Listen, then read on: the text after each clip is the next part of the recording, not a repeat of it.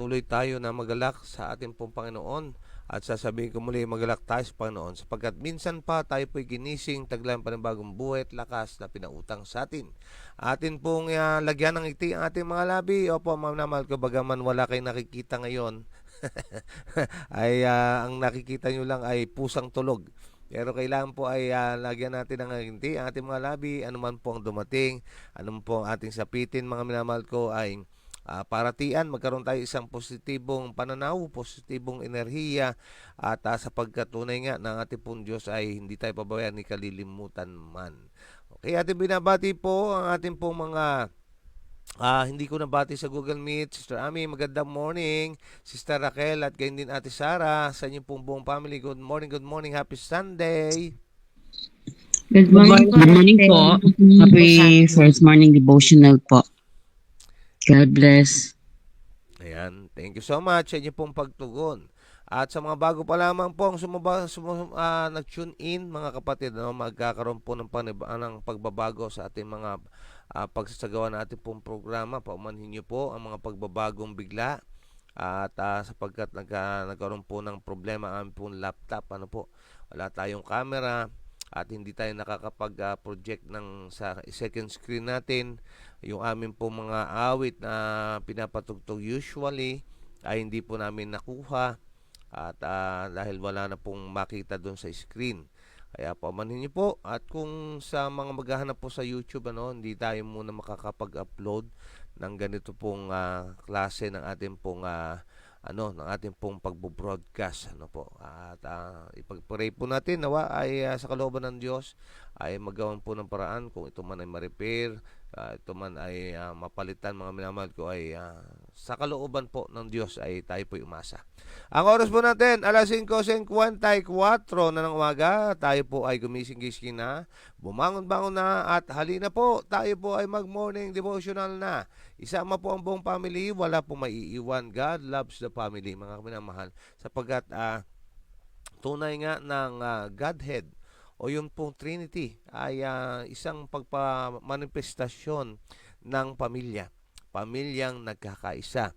Kaya nga po, mga minamahal, ay wala pong maiiwan. Ang lahat ay magtungo sa altar ng Panginoon at sa ilalim ng bandera natin Prinsipe Emmanuel ay magkakasamang nagkakaisang nagsasabi, as for me and my house, we will serve the Lord. Bago tayo umusad, tayo po muna ay muling manalangin, mga kapatid. Dakilang Diyos, manaming banal sa oras na ito, bagaman may mga technical difficulty, Panginoon Diyos, ay pinahintulot nyo na kami po ay makapag-broadcast pa rin, makapag-live streaming pa rin kami. At o Diyos, sa inyong kasihan kami ng banal, yung Espiritu. Inyo po kaming bigyan ng positibong pananaw na mangyayari ang lahat ng mga bagay-bagay para sa kabubuti ng mga nagmamahal po sa iyo. Kaya nga po, Diyos, sa oras na ito ay ang inyong banal na Espiritu isugo upang kami po ay maturuan sa inyo pong paaralan. Ihanda ang aming tenga sa pakikinig, ang aming puso't isipan sa pagtanggap at pagkakabuhayan ng inyong pong banal na kalooban. At nawa ang inyong salita, ang inyong katotohanan ang siyang magpalaya sa amin at ang inyong salita na siyang katotohanan ang siyang bumanal sa amin. Mabago kami ito sa wakas larawan ng amang Panginoong Sus, maging pagpapala sa amin at sa aming kapwa ang aming pong pagtitipon ngayon. Ingatan nawa kami ng inyong mga anghel upang kami po ay makayari at kayong naitaas at naluhati at nabigyan kapurihan kayo at kayo lamang, O Diyos, na wala ng iba. At ipagpatawad nawa sa amin ang aming pagkakasala, alang-alang po sa dakila pong pangalan ng aming pong Panginoon Jesus. Amen and amen. Okay, so hayaan niyo po natin pong ilalagay sa screen ang atin pong pag-aaralan ngayong umaga. Marahil ito po ay talagang hinadlangan sapagkat napakaganda ng atin pong talakayin ngayon.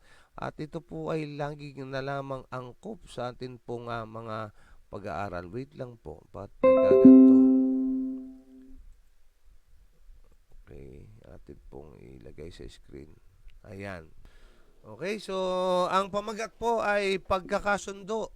Ito ay napakahalagang bagay na tunay nga na atin pong kakailanganin sa ngayon man o sa mga hinaharap natin pong kasi ito po ay pakikitungo sa kapwa, mga kapatid, maging sa hindi lang po, ang sabi ay kailangan daw magkaroon tayo ng isang relasyong mapayapa sa Diyos at sa ating pong kapwa. Tandaan natin, Ang relasyon po ay papataas at papabalagbag. Relationship to God, vertical, and horizontal is relationship to our fellow men. Kaya nga, we are created unique at meron pong mga instances talaga at marami po ang mga pagkakataon na maaari tayong maka-encounter ng mga hindi pagkakaintindihan. Kaya napakalaga yung ating pong aralin ngayon at isa rin po ito sa mga katangian ng mapapalad. Ano po, sabi po ng Matthew 5:9 mula po sa Beatitudes o mapapalad, ang sabi po ay mapalad ang mga mapagpayapa sapagkat sila ay tatawaging mga anak ng Diyos. Yan, napaka-igi, wala pong aayaw na siya ay maituring na anak ng Diyos. At hindi lang basta-basta sabihin na tawaging anak ng Diyos, kundi siya po ay may katangian na itong mapagpayapa. Kaya nga mga kapatid, bago tayo magpatuloy, samahan po natin ng paggamit ng ating pangatwiran habang tayo nagbabasa at nakikinig. At samahan po natin ng napakaraming panalangin na itong ating mga babasahin, matutunan natin at makita na ating pong pinapraktis. Okay, so heto po ang laman ng ating pong pag-aaral ngayon. Yaong may mga sulyap sa pagiging perpekto ng karakter ni Kristo ay mapupuno ng pananabik na maging katulad niya. Alam niyo, kung meron man tayong gagayahin, marami ang nag-idolize sa mga particular, yung mga kabataan natin, yung Korea, K-pop, yun, K-pop. At yung maging kanilang mga nilalaro, yung mga games na kanilang nilalaro at kanilang hinahangaan o maging yung mga artista ay kanilang pong ginagaya. Pero bilang isang Kristiyano, mapag-isip-isipan sana natin na kung meron man tayong gagayahin, mas maigi po ng ating pong gayahin ang ating pong Panginoon Hesus, sapagkat tunay nga na siya po ay kahanga-hanga, kaaya-aya, kaakit-akit, kaibig-ibig ang ating pong mahal na Diyos at kaya siya po ay karapat-dapat. Kaya nga kung ating tinitingnan, pinag-aaralan natin ang ating buhay ng ating pong Panginoon Hesus at dumating sa atin ang paghanga talaga sa Kanya, ay marapat po na atin pong asamin nung may pananabik tayo na maging katulad niya. Okay, hangarin nila na daw po, maging tagapamayapa at tanggapin ang pagpapalang ipinangako niya sa mga tagapamayapa. Ang kaaway ng lahat ng kabutihan na handang akayin ka sa landas na magiging kabaligtaran ng dapat tahakin ng tagapamayapa. Anong ibig sabihin? Kung tayo po ay tumitingin sa Panginoong Hesus at ating nais siyang gayahin, kinakailangan na makita po sa atin ang katangian ng pagiging tagapamayapa. Yung ikaw ay instrumento, mga kapatid, ng pagkakasundo. Yun po dapat ang masumpuan sa atin sapagkat ang ating Panginoon Hesus, sabi nga ng Roma 5:8, ay tayo ipinagkasundo sa Diyos pamagitan ng kamatayan ng kanyang anak. Yun po ang naging dahilan kung bakit ang alitan sa pagitan natin at sa Diyos ay ito ay napawi sapagkat ang ating mga kasalanan ay inako niya at ang kabayaran niyon ay kanya pong sinalo alang-alang sa pag-ibig sa atin. Kaya nga bilang mga tinubos at umiibig sa Diyos, dapat ay naisin natin at makita sa atin ang pagiging mapagpayapa. Yung kaaway, mga kapatid, ay kabaligtaran po nun ang kanyang nais. Kundi bagkos ang kanyang ibig ay yung pong kaguluhan at hindi pagkakasunduan. Tingnan niyo po ito. Siya na nagmamahal sa alitan at alitan ay tutukso sa iyo na kumilos na may kaugnayan sa kanyang sarili upang pukawin ang alitan. Kaya nga, huminto sandali, mga kapatid ko, at atin pong pagnilay-nilayan. Hindi po si brother, hindi si sister, Ang sabi po ng Biblia, saliksikin nyo yung mga sarili. Tingnan niyo kung kayo nasa panampalataya pa, malibang mabigo kayo sa pagsubok. Sarili po natin ating titingnan. Kapag nakita natin sa ating pong pag-evaluate, diba, bakit parang gulo ang gusto ko? Bakit parang ako ang pinagmumulan ng kaguluhan? Ay medyo mag-isip-isip na po tayo. baka iba po ang ating pong sinusundang pinuno. Kapagkat maliwanag po sa ating pong pinag-uusapan ngayon, kung ang ating pong Panginoon Jesus ang ating sinusundan, kailangan ay tagapamayapa ka. Okay. So, ang sabi po dito, ano po ang mangyayari? Aakayin ka niya na isipin na nakita mo sa isang kapatid ang isang bagay na mali at hihikayatin ka ni Satanas na pumunta at sabihin ito sa iba. Ngunit sinabi sa iyo ni Kristo na pumunta sa iyo kapatid at sabihin sa kanya ang kanyang kasalanan sa pagitan mo at sa kanya lamang. Oh. Ano po ang sinasabing pagkakaiba? Ang sabi, kapag ka daw ikaw po ay lingkod ng Panginoon, ang sabi niya, kapag ka may nakitang kasalanan o hindi maganda sa kapatid, huwag magsalita kung kani-kanino. Kundi bagkos, ang sabi niya, ikaw mismo pumunta ka doon sa kapatid at sabihin mo sa kanya. At yung kabila naman, ang sabi, nakita, inuudyukan ka na makita yung pagkakamali. Kaya nga mga kapatid, ganito eh. Parang tila baga yung ating pong tingin sa ating kapwa-tao ay sila na yung masama at ikaw na lamang mabuti. Na kung saan ay hahanap natin ang pagkakamali ng iba. At ang much worse na maaari natin gawin ay nahanap, talaga namang hindi tayo mabibigo mga kapatid kapag nakita natin ang pagkakamali ng iba, kapag hinanap natin ang pagkakamali ng iba. Sapagkat wala pong perpektong tao at meron na sablay sa bawat isa sa atin. At makikita po natin yon kapag intentional nating hinanap. Ngayon, ang magiging problema pa, napalalalain pa natin yung ating kinalugmukan, ay sasabihin pa natin sa ibang tao. Ikakalat pa natin in return, ang gagawin naman ng ibang tao, ikakalat din sa ibang tao. Ay nako, kawawa naman si kapatid. At pinag-usapan na ng buong bayan at buong iglesia. Pero ang sabi dito, ang tanong, sinong pinuno ang susundin mo? Alam nyo, yan po, lagi pong babalik tayo sa, babalik tayo sa paggamit ng ating pong kalayaang pumili. No po? May dalawang magkaiba na paalala sa atin at utos sa atin, at ang pagdedesisyon ay nasa ating mga kamay. Kaya nga sabi, sinong pinuno ang susundin mo? Hindi naaayon sa likas ng puso ang diretsahan at tapat ng pakikitungo sa isa't isa. Mukhang mas madaling sabihin ang kasalanan ng iyong kapatid sa ibang tao kaysa sabihin ito sa kanya ng mag-isa. Ngunit ang kanyang tainga lamang ang dapat na makarinig ng inyong akusasyon. Tama mga kapatid ko. No? Sabi dito, hindi naaayon sa likas ng puso. Bakit? Kasi ang sabi ng Biblia, ang haka at puso ng tao ay sadyang masama. Ang wika ng Jeremias, ang puso ay mapanlilang, sino ang makapagtatiwala dito, at ito ay puno ng kasamaan. Kaya nga, hindi sa atin pumapabor yung unang bahagi na maging tagapamayapa at gawin ang atin pong ang sinasabi ng Panginoon. Lagi na lamang tayo po ay nakahilig doon sa hindi tama. No po? Sabi nga dito, mukhang mas madaling sabihin ang kasalanan ng kapatid sa ibang tao kaysa sarilinin mo siya, kausapin mo siya ng tungkol dito. Tama po ba o mali? No po?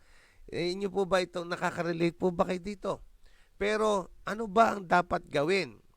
Mga kapatid, gawin ang tama. No po? Gawin ang sinasabi sa atin ng ating pong mahal na Panginoon. Paano natin magagawa? Mahirap nga para sa atin. Hindi sa ating kapangyarihan. Papasok po dyan ang kapangyarihan ng Diyos. Yung atin pong pahihintulutan, kung tayo sasang-ayon sa banal na kalooban ng Diyos, ay sabi, anything is possible. Sa tao ay imposible, sa Diyos po ay posibleng lahat. Walang mahirap para sa Kanya. At ang sabi ng Philippians 4:13, I can do all things through Christ which strengthens me. Kaya nga sabi dito, ang mga pinagpala ay yung mga gumagawang kaswato ng Diyos. Yung angko po, yung kasang-ayon ng banal na kalooban ng Diyos, yan po ang tinatawag na pinagpala. Na mga manggagawang kasama ni Kristo, ang biyayang ibinigay ng Espiritu ng Diyos ay isang bukal ng buhay sa kaluluwa at magpapaginhawa sa lahat ng nakikipag-ugnayan sa, saan daw po? Sa taga-pamayapa. Opo, maminamahal ko, napaka-igi na ating pong makita itong mga bagay na ito na ating pong pinag-aaralan. Ano po? Wait lang po at akin pong ililipat. Okay, wait lang po. Okay, yan. At ang sabi pa sa pagdurugtong, mahalagang isaalang-alang natin ng espiritong pinahahalagahan natin ngayon. Ano po yung espiritong kinapahalagahan natin ngayon?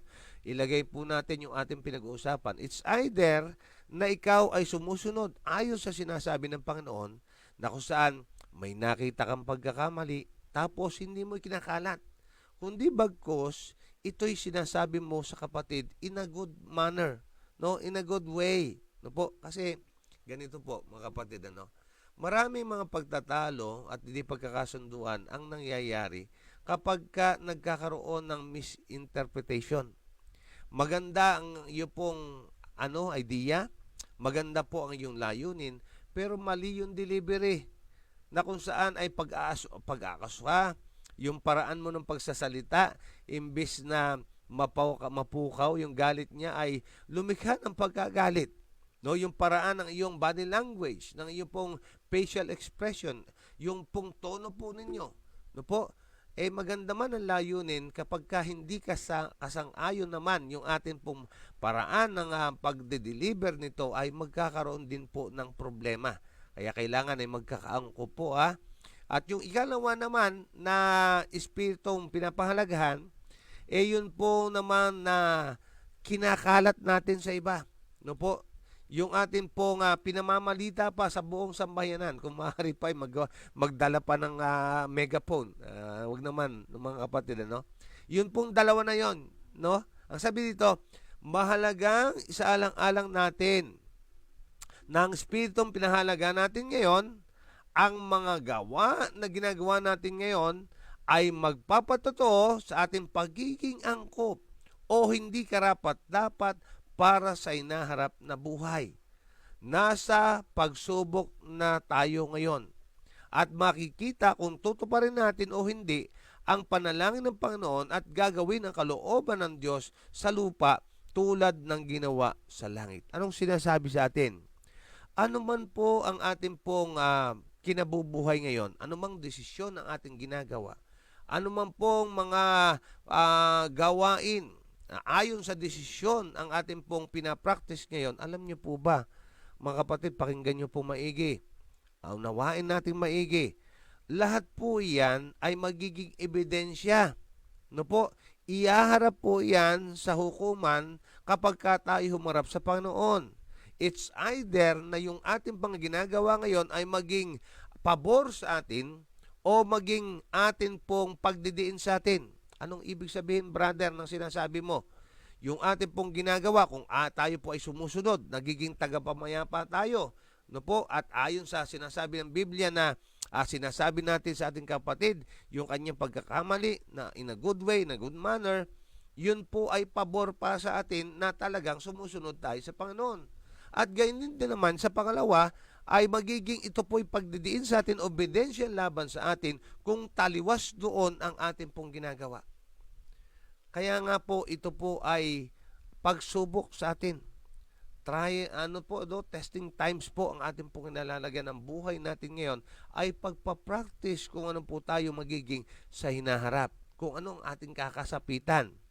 Yaong mga nagsasagawa ng mga plano ni Satanas at nananakit ng mga kaluluwa sa pamagitan ng kanilang pagkilos ay nagpapatunay na sila ay hindi mga anak ni Kristo. Natural po, mga kapatid. Kung kataliwas ng ibig ng Panginoon ang ating ginagawa, hindi po natin masasabi na tagasunod tayo ni Kristo. Hindi po natin masasabi na tayo anak ng Diyos. Tandaan natin, ang sabi po ng banal na kasulatan, hindi kayo you cannot love two masters at the same time, mga kapatid ko, no? Hindi tayo makapaglilingkod sa dalawang Panginoon. Maaring ibigin natin ang isa at ang isa ay kaatin pong kamumuhian at maaring magiging tapat tayo sa isa at itatakwil natin ang ikalawa. Hindi tayo makakaibig sa Diyos at sa kayamanan. Kaya nga po, mga minamahal ko, ito po'y malinaw na binabanggit ngayon. Kaya nga sabi dito, pinakamabuting gawin ng bawat isa sa atin ang tama. Dahil ito ay tama. Ano pong sinasabi? Mahirap man gawin, pero kailangan ba natin gawin? Yes, we should do it, mga minamahal ko. Kailangan natin gawin ang tama sapagkat ito ay tama. No po? At sa gayon ay makakalikha tayo ng kapaligiran ng kapayapaan. Hindi tayo masusumpungan na ninindigan sa mga taong kinatawan ni Satanas upang hulihin ang kalang espiritu at ulitin ang kalang mga salita at akusasyon at panunuya sa mga naghahangad na maging masunurin sa mga utos ng Panginoon. Lagyan po natin ng senaryo. Paano kung halimbawa, hindi ka naman ang siyang nakakakita ng pagkakamali? Itong si kapatid nagtungo sa iyo at ang kanyang kinuwento sa iyo ay yung pong mga bagay na pagkakamali ni kapatid. Ano po ang gagawin po ninyo? Ito po papasok yung ating pong pinag-uusapan. Nang sabi dito, hindi tayo masusumpungan na nanindigan sa mga taong kinatawan ni Satanas upang hulihin ang kalang espiritu at ulitin ang kalang mga salita at akusasyon. Anong sinasabi? Hindi po dapat na maging atin pong gagawin, narinig natin, ichichismis natin. Hindi po ganon, mga kapatid. Maaari nating payuhan, kapatid, hindi mo ba nalaman, hindi mo ba narinig? Gamitin po natin yung paraan ni Kristo, Christ method alone. No po? Ang sabi ay, hindi mo ba nabasa? O kaya sabihin mo, it is written. No po? Ito'y nasusulat. Ano ang dapat gawin? Kapag nakita mo ang kasalanan ng iyong kapwa, pumunta ka sa kanya at dalhin mo ang iyong usapin. At kung pakikinggan niya kanya, ay napanalunan mo ang kapatid. Ngunit kung hindi, magsama ka ng mga saksi mula sa iglesia. At kung hindi pa rin kayo pakinggan, ang sabi ay ituring niyo silang parang mga hintil. Yun po, prinsipyo ng Biblia. Hindi po tayo magkakamali kapag prinsipyo ng Biblia ang ating pong pinag-uusapan, ang ating pong gina-apply. Kaya ang sabi dito, hindi tayo makikipag-ugnay sa kalaban ng mga kaluluwa at tutulungan siya sa pag-uudyok ng paghihinala at alitan at sa pag-uudyok ng mga kaluluwang umiibig sa Diyos na matuksong gumawa ng masama. Naalala ko tuloy yung sabi ni Brother Joel, kapag ka daw nangyari ang sitwasyong ito, kapag ka kinakausap ka na ng tungkol sa ganito, ang sabihin mo, kapatid, ano po ba yan? Prayer request po ba yan? Kapag ka hindi prayer request, pass muna. Ayan. So, mga kapatid, gawin ang tama sapagkat ito ay tama. At ang tama ay maging instrumento po tayo ng pagiging payapa. Okay, so yan po ang atin pong pag-uusapan ngayon. At nawa ay tayo po ay maging involved sa ating pong usapin. Maganda po ang ating pag-uusapan ngayon. Paano natin magagawa ang mga bagay na ito ayon sa gusto ng Diyos.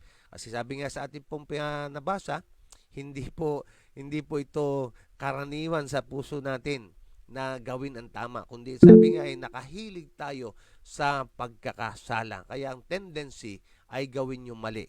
Pero tinuturuan tayo paano natin gagawin ang tama.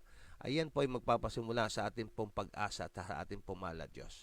Okay, Ate Edith, sige po, thank you so much sa inyong pong pangunguna. God bless you po. Magandang morning po sa lahat. Happy morning devotional po. Alam niyo mga kapatid, kauna-unahan talaga na ikaw ay sasangguni sa ating Panginoong Diyos bago ka magpalipat-lipat sa ibang mga kapatid. Kasi ang Panginoong Diyos ay siya ang iyong best friend. Kaya nang sinasabi ko po, unang-una po, kapag ako po ay namumroblema, inuuna ko pong sinasabihan, nagsusumbong po ako malimit sa ating Panginoong Diyos. Amen. At ipinapanalangin ko po na ituro niya sa akin kung ano yung nararapat kong gawin. At ito naman po is talagang naituturo. Pagbuklat mo po ng yung Biblia, ay mabubuklatan mo na lang po na kung ano yung gusto niyang ipahiwatig sa iyo. At sa mga kasambahayan din po, sa mga kapatid natin, kung siya po ay nagkakamali at hindi po natin kaagad-agad sinasabi sa kanya, bagkus isa iba nga, sabi mo Brother Marlon, isa iba tayo sumasangguni muna, ganun. Eh, ang maganda is yung kausapin muna yung tao kung gusto kanyang kausapin. Amen. Yun din po kasi yung nagiging problema na gusto mo siyang itama, sabihin yung kanyang pagkakamali. Subalit, siya rin po yung tao na, Yes. yung kapatid, ang tumatanggi Correct. na kumbaga sa iyong mga sasabihin.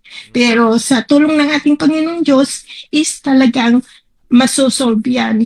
Ay, tama din po na tayo is nagawa na natin ang lahat Mm-mm. na nasabi na natin na mali itong ginagawa mo, ano ba yung ginagawa mo, ganyan. Kung Tinatanggihan.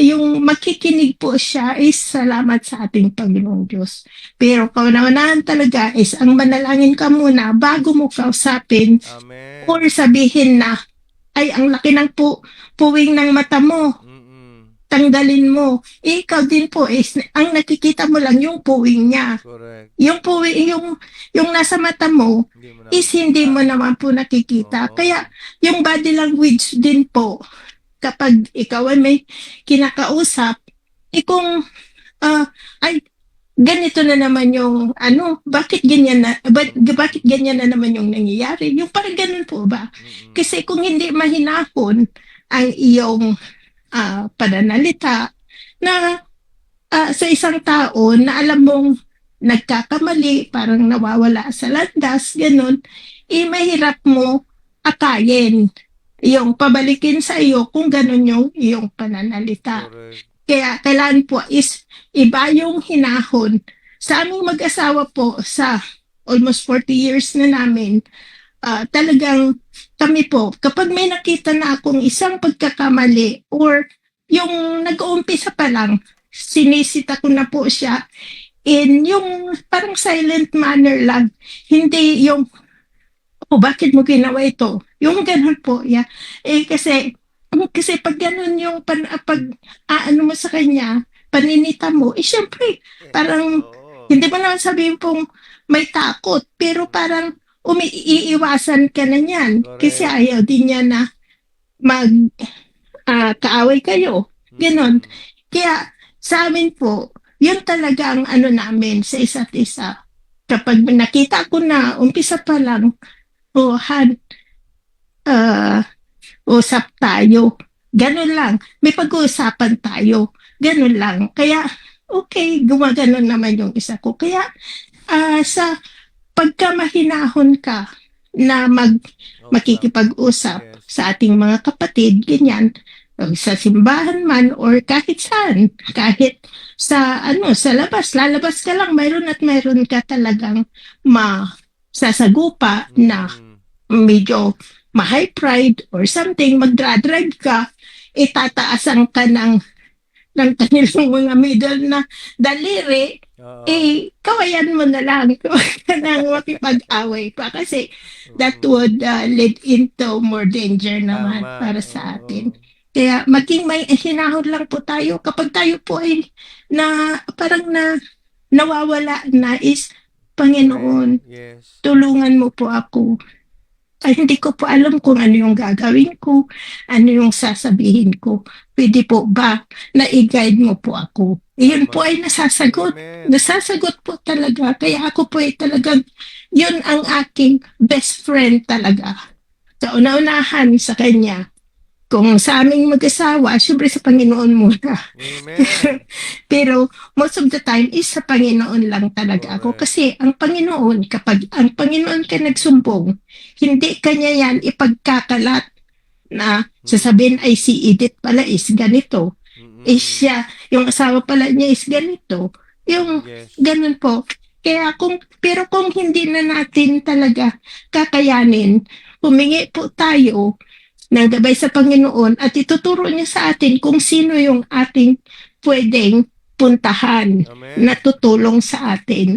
Kasi, yun nga sabi, nasa Diyos ang awa, gagawa din po tayo Correct. para Amen. sa ating mga sarili.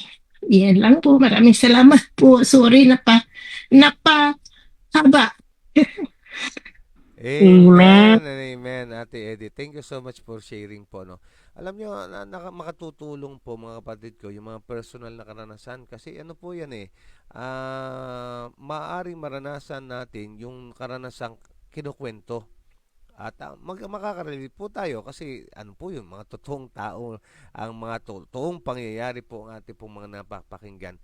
Kaya nakakatulong mga kapatid ko ang ating pong pagbabahagi.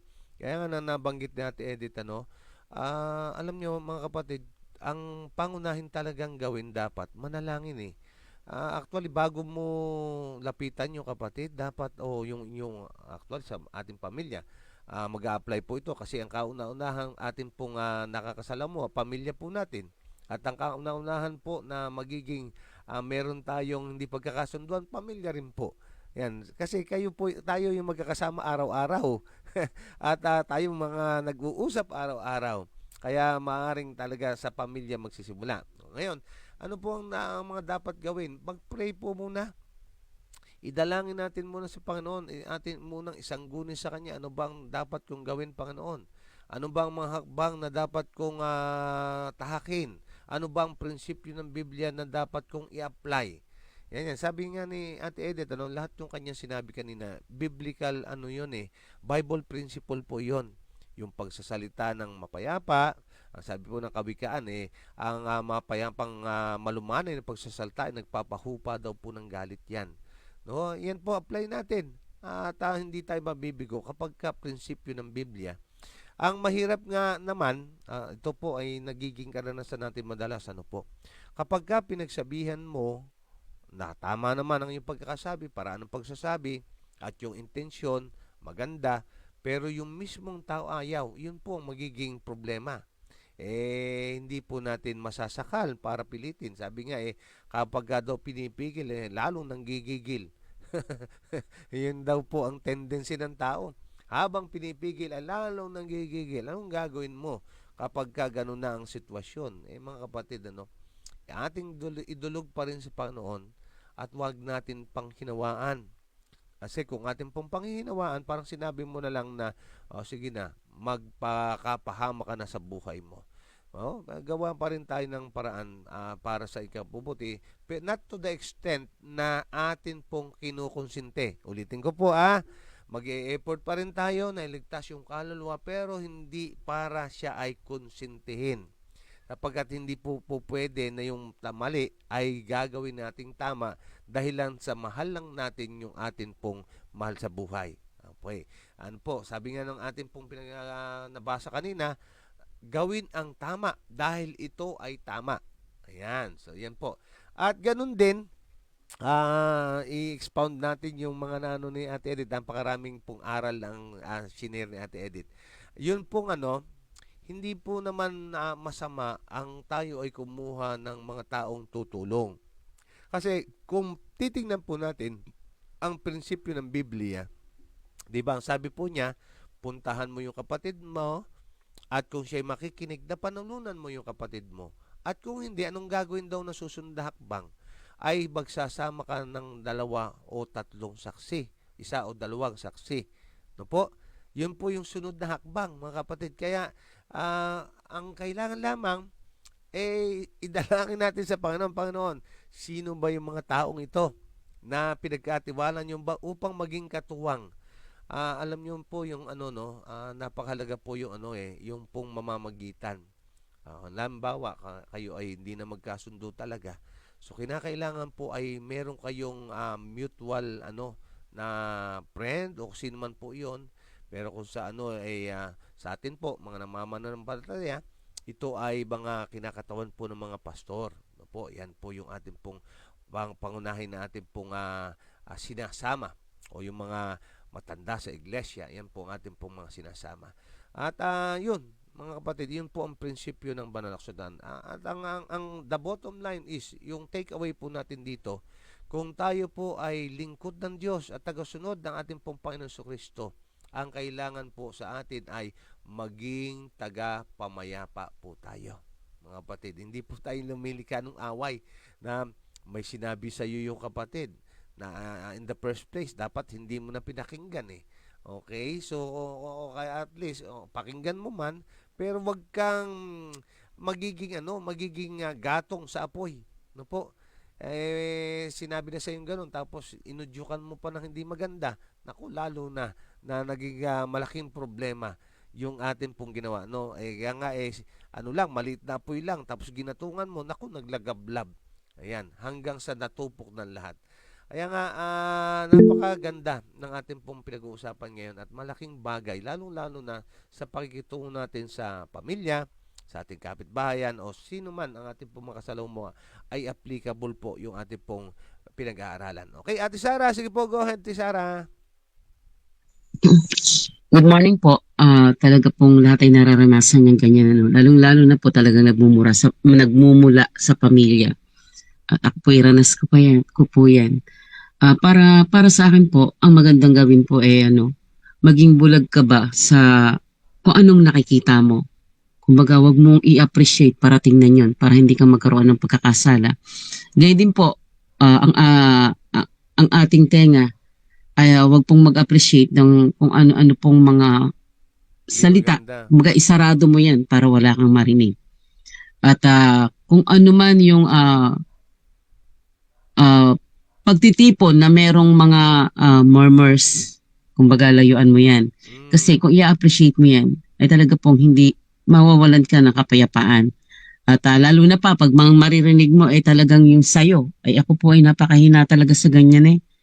At talagang hindi, ako po ay talagang hinaharap ko kung yung tao na yon na nagsalita na kung anong problema niya, kung anong niya sa akin, kumbaga.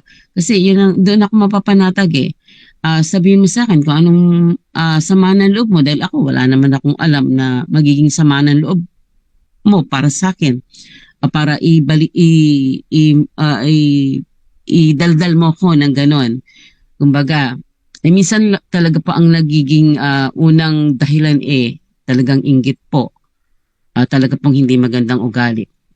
Kaya pagka dumadaloy na yung inggit sa isang tao, talaga pong maano na yan. Kumbaga, ikaw ay mababalita na kung saan-saan na kahit na hindi naman totoong balita ay talaga pong nakakalat. Kumbaga, kaya para sa akin po para maging mapayapa at magkaroon ng magandang relasyon sa bawat isa ay yun nga po, maging mabulag ka sa makikita mo at yung mga mata mo, kumbaga at yung pandinig mo, isarado mo kung ano man ang mga maririnig mo para maging mapayapa ang lahat. Yun lamang po. Yan, thank you. Amen. Thank you, Ate Sara, sa iyong pong binahagi. Yan, ika nga, may marinig ka mang di maganda sa'yo, ay medyo payapain natin ang loob. Ito po ay gagana sa parehas na paraan. Yung una, ikaw ang nagsasabi ng hindi tama. Okay. Ikaw yung mismong mag-i-initiate. Ngayon, isa namang klase, yun pong pagtatanong naman ng mapayapa, mga kapatid. Pero, anin man sa dalawa na yon, yung ating pong kinakaharap, mga kapatid ko, dapat yung pong salitang taga-pamayapa, huwag pong mawawala. Po? At yan po ay dapat natin i-apply. Kasi, sabi po ng ating pong pinag-aaralan, maliwanag po, hindi po ako yung nagsabi, kundi yung ating pong pinag-aaralan, binabasa. Kapag ka ikaw ay tagapamayapa, ikaw daw po ay magiging anak ng Diyos. Ngayon, kung hindi ka tagapamayapa, ay alam nyo na po, do your math. Kung hindi ka anak ng Diyos, ay anak anong kabila. Kaya nga, napakahalaga na atin pong gawin ang nararapat, mga kapatid. Okay, so atin pong pakinggan si number 2. Si Sister Raquel. Sister Raquel, may gusto kayong idagdag? Opo. Ako po, danas na danas ko po yan. Yung inggit. Meron po ako naging kaibigan. Parang nainggit po kasi siya sa akin. Yung umalis po yung nanay ko, nanirahan sa Maynila. Meron akong tiyahin na kasama lagi. Doon po kami nanirahan sa Bernabe, Elder. Syempre po, libre yung bahay. Hindi po ako nangungupahan. Meron po akong kaibigan na di ko man lang na hiwalay siya sa asawa. Pero po, elder, may anak siya isa. Nag-aaral po yung anak niya sa Central. Parang nainggit po siya sa akin. Bakit daw ako hindi nangungupahan? At may tumutulong pa sa aking biyenan. Sabi ko, ganyan talaga. Pag mabait ka sa tao, basta mahalin mo yung nasa paligid mo, mamahalin ka rin. Diba po, elder? Oo, yes. Tapos po, di po na po siya kasi nga po hiwalay siya. Wala po siyang magandang natitirahan. And mismo pong nanay niya kaaway niya, elder. Mm, Kaaway niya. Tapos po, para po nainggit po siya sa akin. Yung magandang pagsasama namin magkaibigan para po nasira. mm, Sabihin na po natin, elder, na hindi siya maganda kasamahan. Hindi siya magandang samahan, elder. Kasi kung hindi po ako nalayo sa kanya, siguro po, hanggang po ngayon, palaboy. Palaboy ako, elder. Kahit yung sa Maynila, yung mga naging kaibigan ko sa Maynila, kung hindi ko po sila na iwasan at di ako po iniwas sa Maynila, siguro po palaboy po ako hanggang ngayon, di ko po alam buhay ko. Tapos po, ang ko po doon sa naging kaibigan ko na po na yun, hindi po kami nagkaroon ng kapayapaan. Hanggang po sa hindi na po kami nagkita. Nakikita lang po kami dati sa school. Tapos po, dapat po isasama ko po siya dito sa religion natin. Yung sa, dito po sa atin. Kaya lang po, paano po siya, elder Ayaw niya po sumama. mm, Ayaw niya po makinig sa atin. Tapos sabi ko, maganda yung pag-aralan. Dahil ako nga, nagbago, bakit hindi ikaw? Amen. Why not? Sabi ko nga kung ganon. Siguro mapapagbago ka. Sabi kong Oh. ganon. Nasa sa'yo naman yun. Di ba po, elder? Yes. Nasa tao kung gusto magbago Hindi sa kaibigan, hindi kung man sa mga kakilala o sa mga nasa paligid mo. Sa'yo at sa anak mo. Kung mahal mo yung anak mo, sabi ko sa kanya, elder.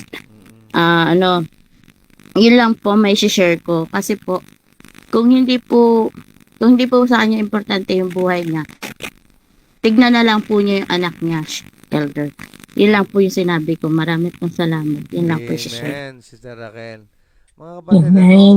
tayo po ay maging aware po tayo sa maaring impluwensyang ating kaharapin. At kung alam natin na medyo tagilid yung ating kakauyan kapag tayo ay nagpatuloy sa isang pakikisama, ay nako mga kapatid ko, piliin po natin na wag. No, po, kung hindi natin talaga maiwasan. No? Sabi nga makisama pero wag makisama.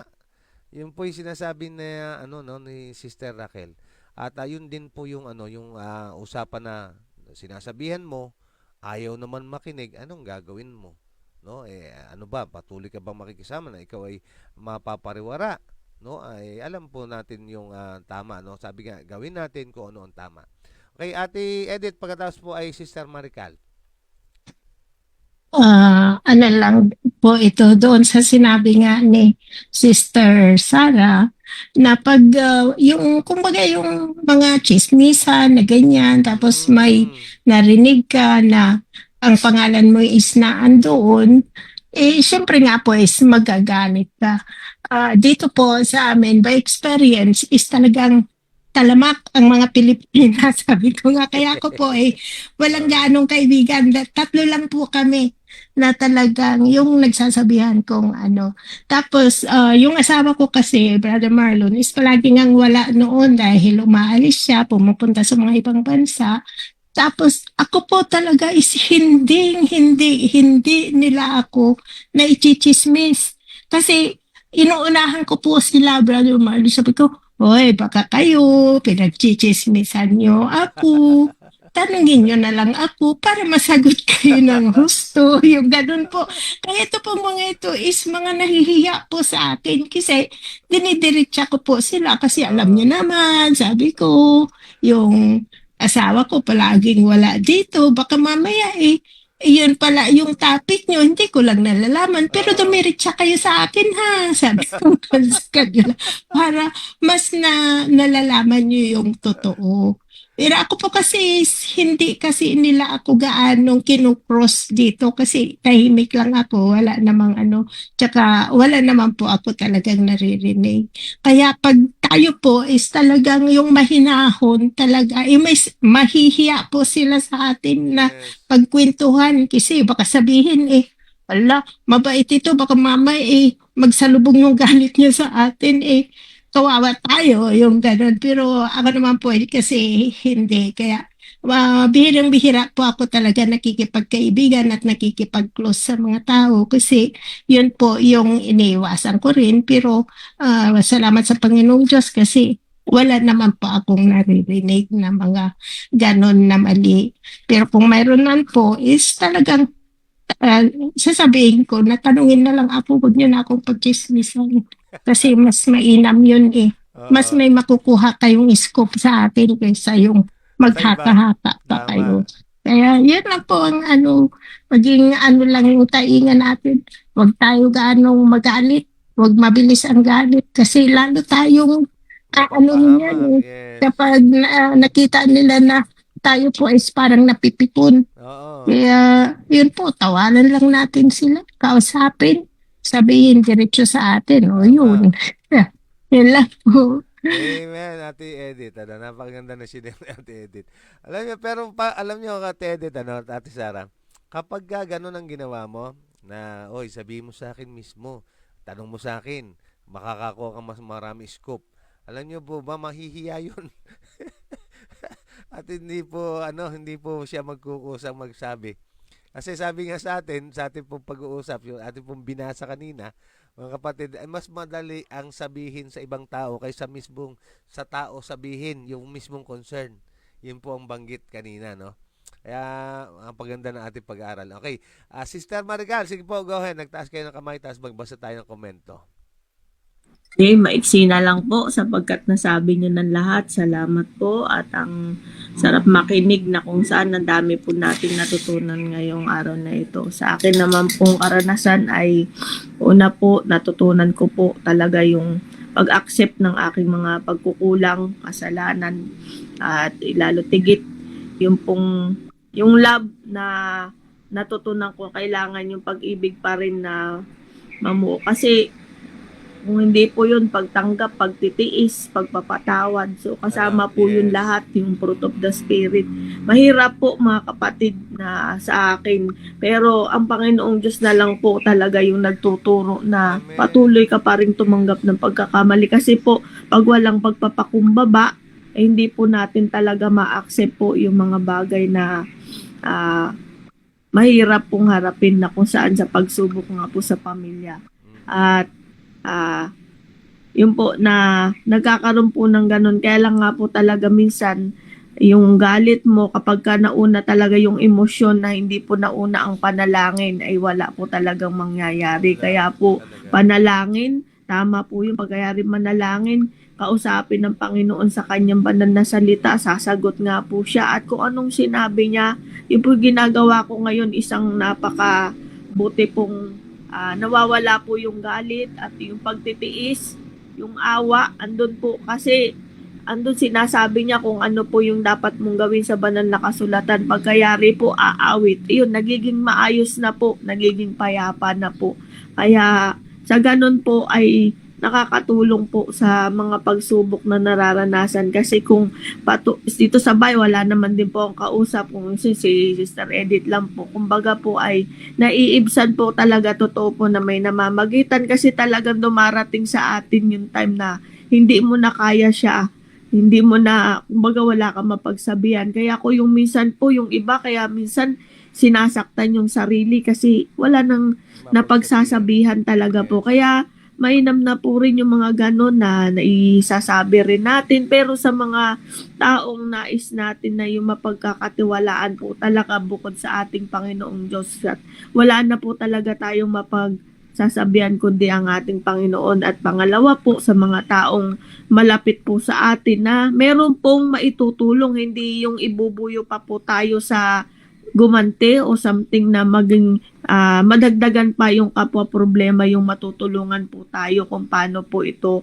masolve. Kaya po, purihin po ang Diyos sapagkat kumpleto po yung kanyang binibigay, ang Holy Spirit Yes. na mag-uugnay sa atin at sa kanya, maging sa tao na inihahanda niya kung sino po yung ating lalapitan. Kaya sa umagang ito, napakarami po nating matututunan na mapapalad po talaga tayo sapagkat unti-unti, araw-araw, ilang mapapalad po ito na ating pong binasa ng mga Beatitudes ay kung ito po'y ating susundin, tayo po'y magiging mapalad at mabubuksan po ang pintuan ng langit para sa atin. Salamat po and God bless.